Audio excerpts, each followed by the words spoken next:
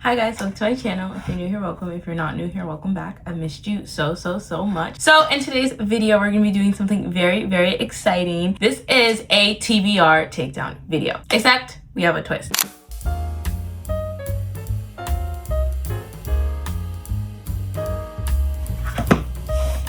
I'm really scared. Like a love triangle, hates to see me, but a love square.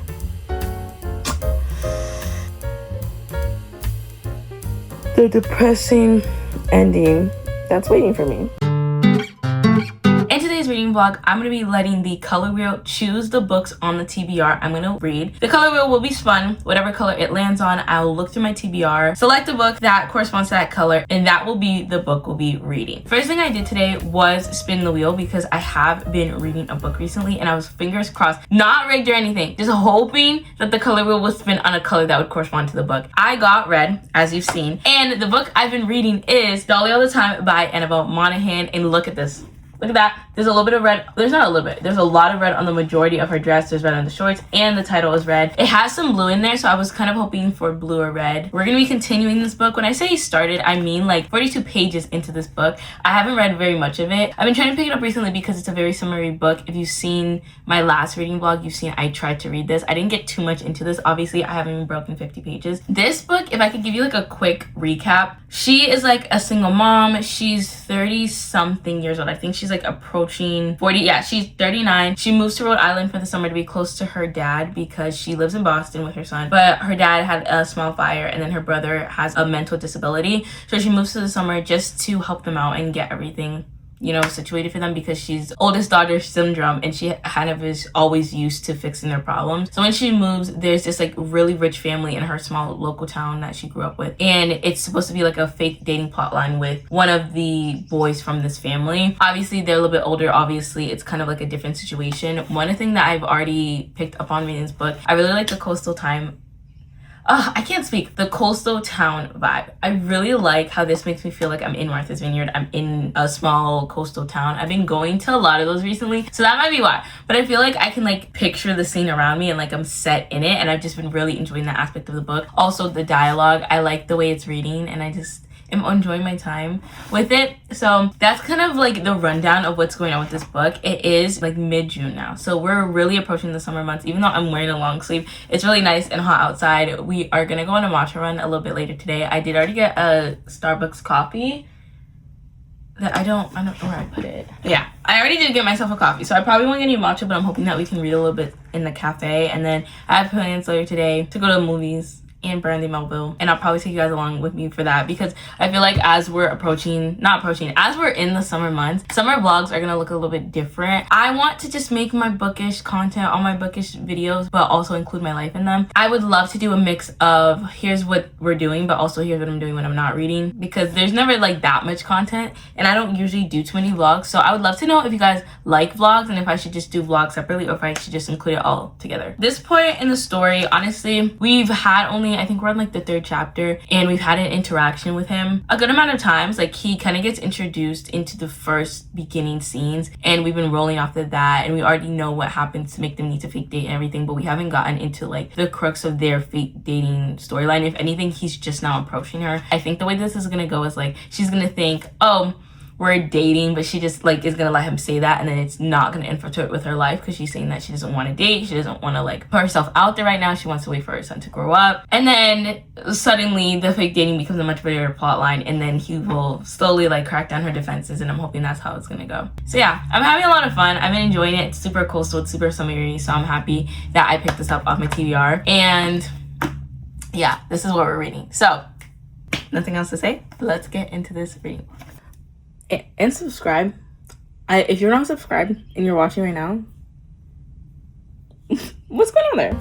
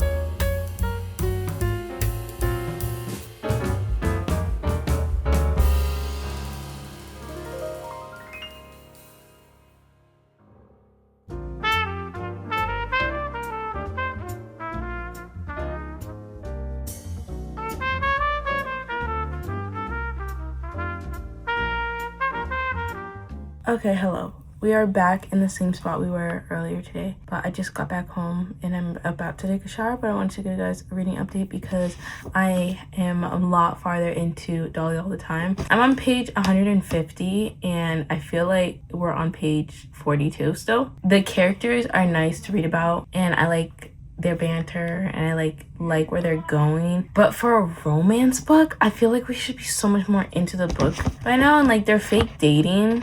Actually, let me see how much it is. Okay, so it's 400 pages. No, it's not. It's like 350 pages.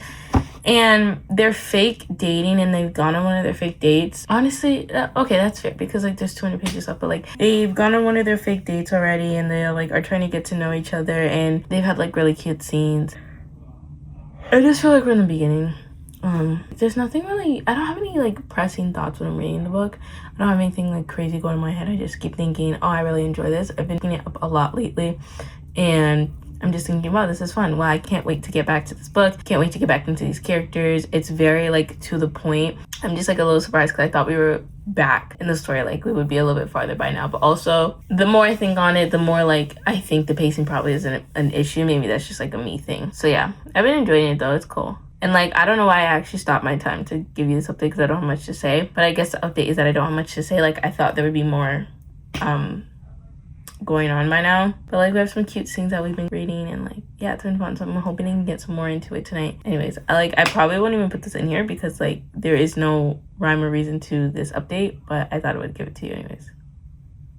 I'm gonna go take a shower now. And yeah, there's like 20 pages left to this book and I don't understand what I'm reading. Like I genuinely don't understand. Like it was so good and I'm so good. Oh my gosh, like genuinely. What?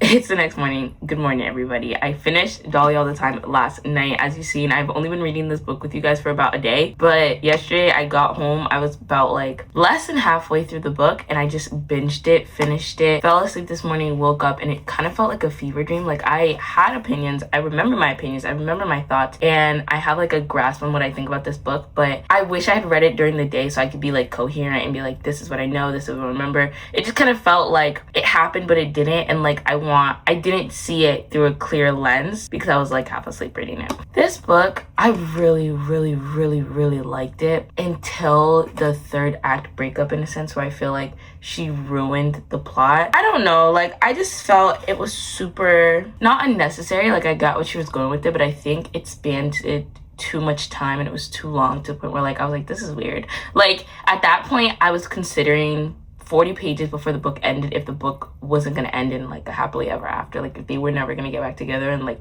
the whole point of it was that it wouldn't be a love story. And I did not enjoy that. Like I think it was such a good build up. Maybe it was because he had been too perfect. Like they made him so perfect and like he did nothing wrong and he handled such every situation with ease, to the point where like one mess up, it felt like she had been like bamboozled the whole time and like she was being humiliated. Like it felt embarrassing for me to witness, and I was getting like, no, like you shouldn't get back with him. This is not cool. Like he doesn't deserve you. And I didn't enjoy feeling that because he deserved her for so long. And at that point I kind of just felt like super blindsided. Like I liked the message of the book. I thought it was important. Like people who feel like they need to like carry their families, and I felt like it was super relatable in that sense. But like I just wish that the third act breakup was done differently and I would have had a lot of different opinions. So I think they were sitting in a 4-star range because I really liked the writing of this book and I liked the characters. That little part, like if I could forget the ending of it, it was amazing and it was a lot of fun. But I think 4 stars is gonna do it justice, and like that's where I'm sitting right now. This morning when I woke up, my first thought was I really want to read something. So I got into my bed and I like picked up Crooked Kingdom, which is the second book in the Six of Crows duology, and I started reading that and I was like, I don't know what to read. And I completely forgot that I'm filming this video. So I did read like 20 pages of that this morning, but I just realized you guys are picking what I'm reading. This is picking what I'm reading. So like close that book real quick. Now we have our wheel out. I have a bunch of books. Honestly, most of these I've read, but I have my physical TBR in front of me spinning the wheel. Oh, it didn't spin.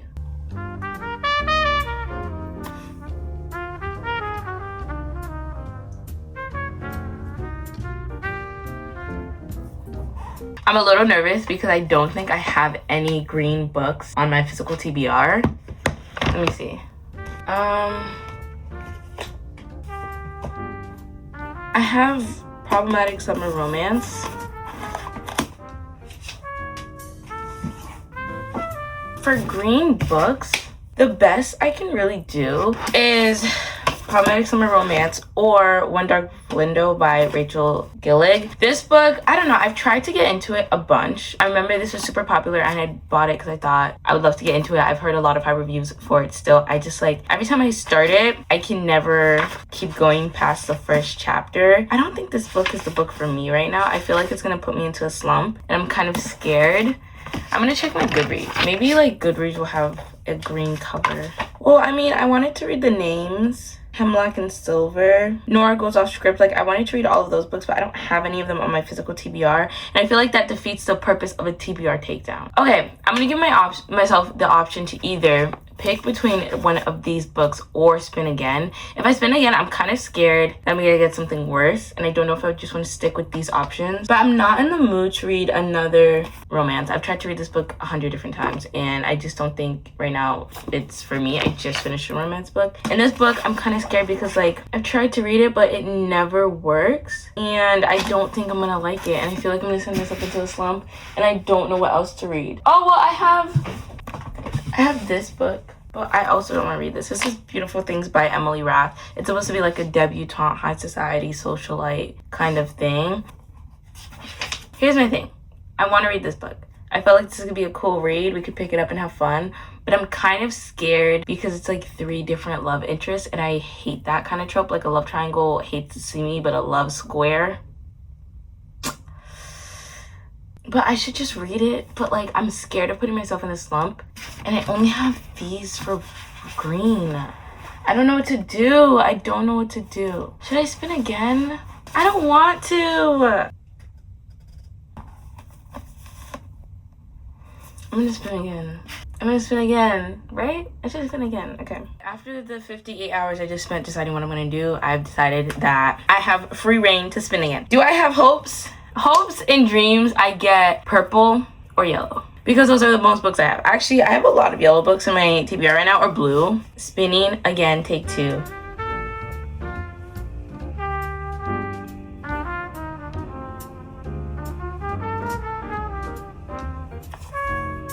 I got blue. Okay, I have blue, and it kind of feels wrong not to go with this option because it's just too perfect. So we're doing Into the Blue, guys. It's time. Every single person and their mom is reading this book. I want to jump on the bandwagon. I want to be a part of it. I want to cry. I want to feel all the feels that I've been even talking about. So I guess it's time. I don't know. I was hoping we get somewhere in the realm of this some point in this video, so I'm excited to finally pick it up, finally get to experience what everybody has been talking about, because I have FOMO.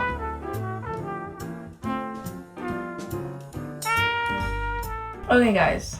Hi. Yesterday, I showed you guys a little bit of footage, I think, of me reading this book, but other than that, we haven't really talked about what I've been reading. I am on page 202. I think we're about halfway through this book. I've been really hesitant reading this book. I know a lot of people love this book, so I already had high expectations, but also I know a lot of people have said that they have sobbed at this ending. And I think we've gotten to the point where we understand why. It's dual timelines. So first we start in their hometown where they meet each other when they're younger and they're still in high school and all that kind of stuff is going on. So we're reading about 2 people. They meet in their small town, except one of them, his entire family is famous. So he comes from a line of famous actors, and then one girl is just super average, but she breaks her arm for the summer, and she was meant to be like a soccer star and like a very like average high school small town kind of person. She breaks her arm and she gets set off course for this. This guy starts working at her job. She hates him until they like have an unexpected bond over this one TV show, and they start practicing acting together. Something happens. We jump 7 years into the future. Noah is now like this really famous actor, and AJ is a writer who doesn't want to be an actor, who thinks she's like in the background and she's only ever really acted with Noah, and she let that part of herself go. So where we are now and like the way that they're getting drawn back to each other, it's been interesting, I guess. Like we're now understanding what causes them to like go their separate ways between part 1 and part 2. And the reasoning, I'm starting to understand what gist we're taking with this book, and I'm kind of scared reading it. I don't want to feel sad.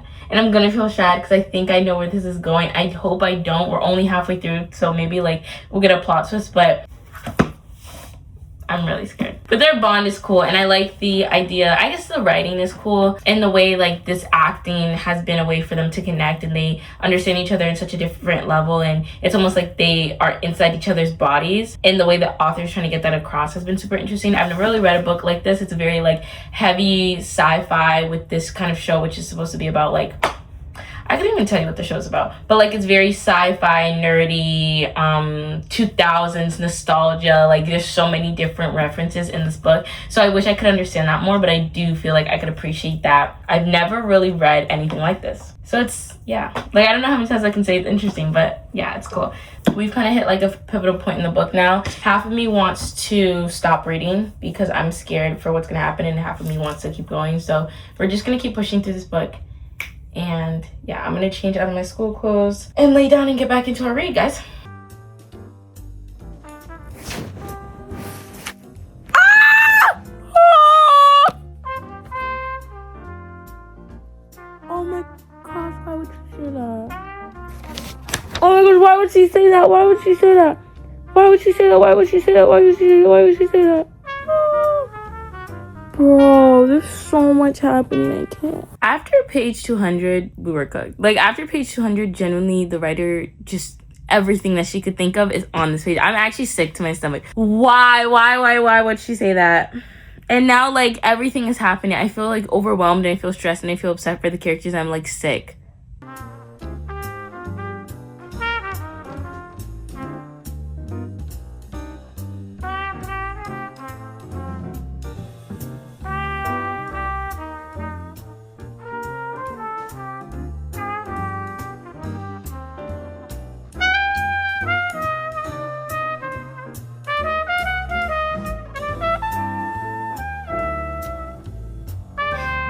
Them falling in love at Amherst, like I can't, like it's too loco. For You page is too loco.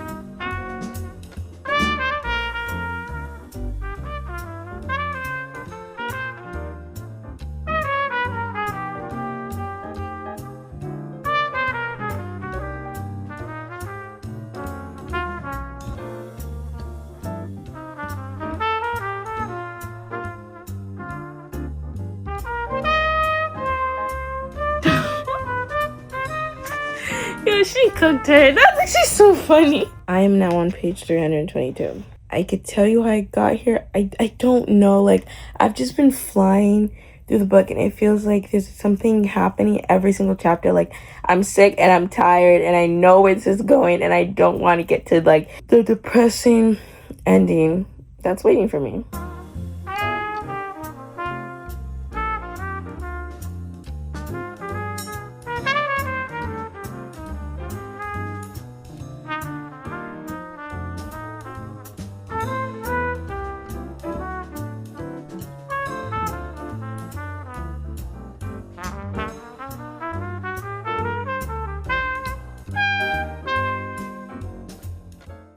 Okay, editing here has got me, guys, but if you're not new here, you know exactly what time it is. It's time for us to close out our video and give you a rapid fire, semi-rapid fire, semi-yap ending and wrap up to this video, of course, from my MacBook. I want to tell you guys about my experience reading Into the Blue and all the thoughts that I had that I didn't get to share with you because I didn't have too much content of me really reading it. And throughout it, it's kind of hard when you're really flying through a book and you're not even noticing that you're going through like hundreds of pages to pick up the camera. So for me, Into the Blue was super fast, as is like Dahlia All the Time was also a really quick read for me. I don't know why in this video it was so hard for me to record because it was so hard for me to put these books down. I felt like for Into the Blue, it was like looking into a dumpster fire. I kept not coming up for air, but I felt so sad reading it that I knew if I stopped, I wouldn't ever really want to get back into reading it. Like, it made me super upset. And the storyline, it had a lot of trigger warnings. I would recommend checking them before you start reading them. And we were dealing with a really severe illness, and we understood, like, I understood where that was coming from and how that had a part in the plot and how that would affect the characters' actions. What I didn't like was the constant back and forth between them. A lot of the plot was driven around this illness and how they wanted to kind of go back and forth about will they or won't they, will they or won't they, will they or won't they. And it was like, okay, will you, won't they, will you, won't. And like after like the third time of them going back and forth, it kind of felt like this is not just toxic, it's repetitive. And I was kind of tired of reading it. And the ending felt so unsatisfying because it didn't feel like we understood why we got that ending. Like I think it was a good ending in hindsight. Like, in a sense, it was a good ending. It was just like, we should have gotten Noah's perspective for that, so we could understand why, because we didn't even understand why we got the ending until the epilogue, and the epilogue is not really a part of the book to me. So it kind of felt like the book ended without us actually knowing why we got what we got, and it was just like random, like a split-second decision 10 pages before the book ended. And it was odd, but it was super sad. And I had an appreciation for the writing and for like the difference in how creative it was, and it was really a different story, and I've really never picked anything up, but like it was really like unique. I like didn't have great thoughts reading it, and I didn't have like a great opinion of it, and I didn't rate it. I think if I remember my rating, I was so close to just saying, hey, I'm confused, because that's how I felt when I closed the book, and that's how I still feel. I don't have any like, wow, I really really really love this, and it might be partly because I had such high expectations and everybody was like, this is a 5-star, this is my newest 5-star, I loved it, that I just felt like it fell flat for me in a lot of different ways. So I don't know, I think it's maybe like a 3 something, which is interesting because I also had like similar thoughts about Dolly All the Time. The ending just wasn't as good as the build-up, and maybe it's because I was flying through it, maybe it's because of just my reading taste, but like it wasn't my favorite thing. So yeah, thank you guys so much for watching. I hope you guys enjoyed our TBR takedown video. I had a lot of fun filming this for you guys, and I'm so excited for you guys to watch it today. Comment, like, subscribe, and I hope and I pray that I'll see you in the next one. I love you, but God loves you so much more.